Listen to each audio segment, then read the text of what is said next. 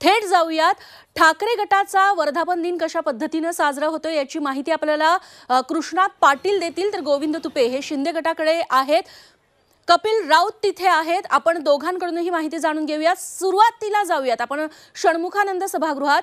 कृष्णात कशा पद्धतीने तिथे तयारी बघायला मिळते आणि प्रत्यक्ष उद्धव ठाकरेंच्या भाषणाला आणि कार्यक्रमाला कधी सुरुवात होणार आहे? नक्कीच लोकसभेतील मिळालेल्या यशानंतर उद्धव ठाकरे गटाचा आत्मविश्वास वाढलेला आहे आणि खास करून मुंबईत जे चांगलं यश मिळालेलं आहे ते देखील महत्त्वाचं आहे। आणि आपल्यासोबत अमोल भैया कीर्तिकर आहे। उत्तर पश्चिम लोकसभा मतदारसंघातून जरी पराभव झाला असला तरी कार्यकर्ते मात्र तुमचाच विजय मानत आहेत आणि आज वर्धापन दिन आहे, कशा प्रकारे तयारी असेल? सर्वप्रथम वर्धापन दिनाच्या समस्त शिवसैनिकांना मी या आपल्या माध्यमातून शुभेच्छा देतो। आणि नक्कीच हा जो विजय नुसता कार्यकर्ता नाही तर संपूर्ण महाराष्ट्रातली जनतेला काहीतरी वाटतंय की काहीतरी या ठिकाणी वेगळ्या पद्धतीचं घडलेलं आहे आणि ते अन्यायकारक घडलेलं आहे। आणि मला असं वाटतं प्रत्येक मतदाराला, प्रत्येक नागरिकाला हे जाणून घ्यायचं आहे की नक्की काय घडलेलं आहे। जर का चुकीचं घडलं असेल तर त्याच्यामध्ये बदल करण्यासाठी आम्ही सर्वजण पुढे जाऊन न्यायालयाचा पण दरवाजा आम्ही ठोकावतो। विधानसभेच्या दृष्टीने देखील तयारी होईल या निमित्तानं?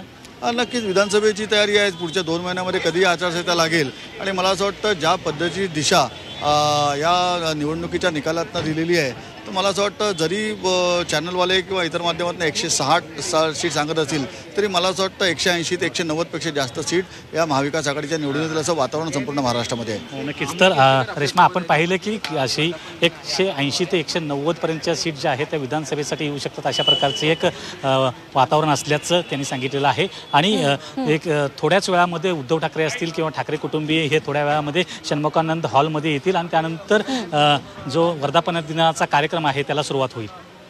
निश्चित कृष्णा, तुम्ही आपल्यासोबत राहाच। आपण यानंतर वरळीला जाऊया जिथे शिंदे गटाचा वर्धापन दिन मेळावा आणि कार्यक्रम पार पडणार आहे।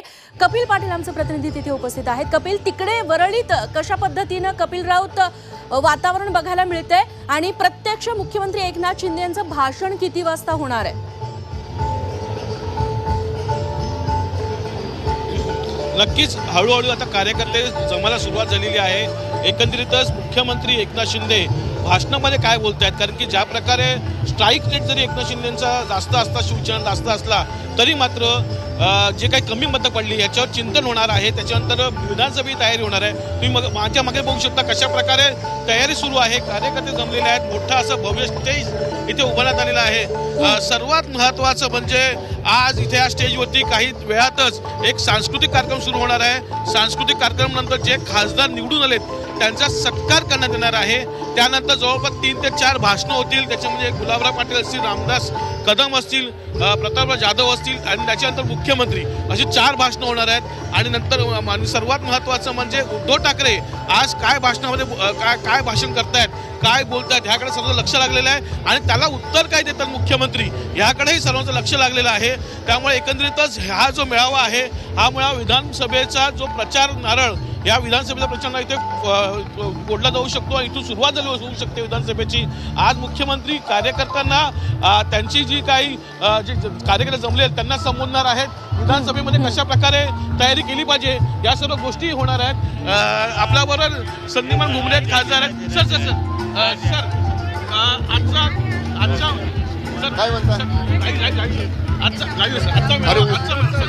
आजचा मेळाव्याबद्दल बोला। आपण बघताय प्रतिसाद कसा आहे आणि मोठ्या उत्साहामध्ये आज सगळे शिवसैनिक अगदी प्रत्येक गावातून बूथवरनं या वर्धापन दिनाच्या सोहळ्यासाठी आलेले आहेत। विचारांचं एक सोनं लुटण्याचं काम या वर्धापन दिनाच्या कार्यक्रमामधनं होणार आहे। पक्षानं आत्तापर्यंत अत्यंत चांगलं काम गेल्या 2 वर्षामध्ये राज्याचे मुख्य नेते आणि मुख्यमंत्री माननीय एकनाथजी शिंदे साहेबांच्या नेतृत्वाखाली केलेला आहे। लोकसभा नुकत्याच झालेल्या लोकसभा निवडणुकीचा जर स्ट्राईक रेट बघितला तर 47% स्ट्राईक रेट हा शिवसेनेला मिळालेला आहे। त्यामुळं शिवसैनिकांचा विश्वास, सामान्य जनतेचा विश्वास हा शिवसेनेमध्ये हा माननीय शिंदे साहेबांच्या नेतृत्वावरती आहे। तो अधिक मजबूत करायचं काम, अधिक लोकाभिमुख कामं इथून पुढे करण्याचं काम माननीय शिंदे साहेबांच्या नेतृत्वाखाली आम्ही करू। खरी शिवसेना याच्यावर वाद सुरू आहे। सामनाला म्हटलेलं आहे का खरी शिवसेना आमची आहे? नाही, त्यांना काय म्हणायचे त्याला उत्तर द्यायला आम्हाला आवश्यकता वाटत नाही. त्यांना काय रोजच टीका करण्याशिवाय दुसरं ते लोक काही करत नाहीत.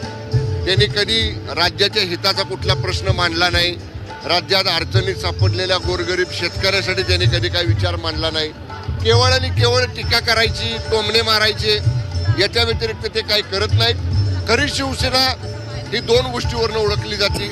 शिवसेना हे नाव आणि धनुष्यबाण हे चिन्ह, ह्या दोन्ही गोष्टी ह्या हिंदू हृदय सम्राट शिवसेना प्रमुख स्वर्गीय बाळासाहेब ठाकरे साहेबांनी नक्कीच. पक्षाला दिल्या आणि त्या दोन्ही गोष्टी आज कायद्यानं, नियमानं, घटनेनं निश्चित तेव्हा या खरी शिवसेना आपलीच असं आता दोन्ही गटांचं म्हणणं आहे आणि त्या अनुषंगानं विधानसभा निवडणुकीच्या अनुषंगानं ठाकरे शिंदेंची भाषणं कोणकोणत्या मुद्द्यांवरती होतात हे बघणं महत्त्वाचं ठरणार आहे.